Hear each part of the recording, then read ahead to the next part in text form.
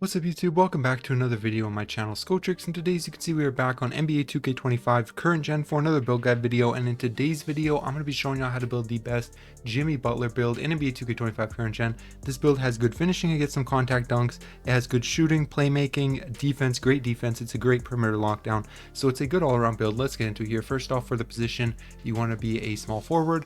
Nothing else on this screen really matters too much. You can set it up however you want, then go ahead and click continue. Now on to the body settings right here. First off, for the height, you're good at 6'7" right there. For the weight, you can go down to 204 pounds just so you get a little bit quicker with the build. Then for the wingspan, you're good at 7 foot. And for the body shape, you can choose whichever one you want. It doesn't change anything about the build other than how it looks. I'm going to choose defined because I think it's the most similar to Jimmy Butler. Then go ahead and click continue.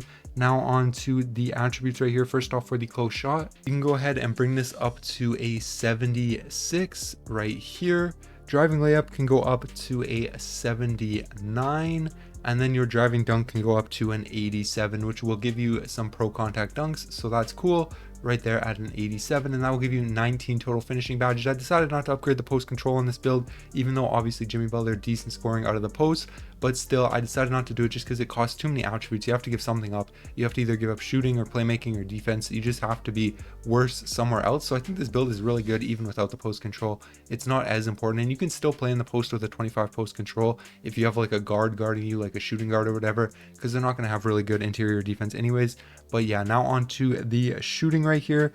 Put your mid-range up to an 89, so very good mid-range shooting on this build obviously. And another thing about the post control, like I said, if you have a guard on you, it's going to be a huge mismatch anyways, and that's the only time Jimmy Butler really posts up, so it won't really matter. You'll be able to score in the post anyways if you have a guard on you, especially with an 89 mid-range and the good slashing attributes. But now onto the shooting. For the three-pointer, you can put this up to a 78, and then the free throw can go up to an 80 right here. Now onto the playmaking right here. For the pass accuracy, you can put this up to a 71, which would be more than good enough for a build like this. You can be the primary ball handler, secondary ball handler on this build, no problem. 71 is good enough. You get silver dimer, a bunch of other badges as well. Ball handle can go up to an 80 right here, so like I said, you can be the primary or the secondary ball handler, and speed of the ball can also go up to an 80 as well. That gives you silver quick first step, so that's great, and you have a lot of good badges as you can see there to choose from. Now onto the defense. The interior defense can go up to a 26, perimeter defense can go up to an 86, so a very good perimeter lockdown build. Like I said, steal can go up to an 87, so very good. You can lock down basically any guard or any wing build, no problem. You can guard the opposing team's best player and lock them up, especially 6'7" with a 7-foot wingspan. You're going to be great at defense on this build.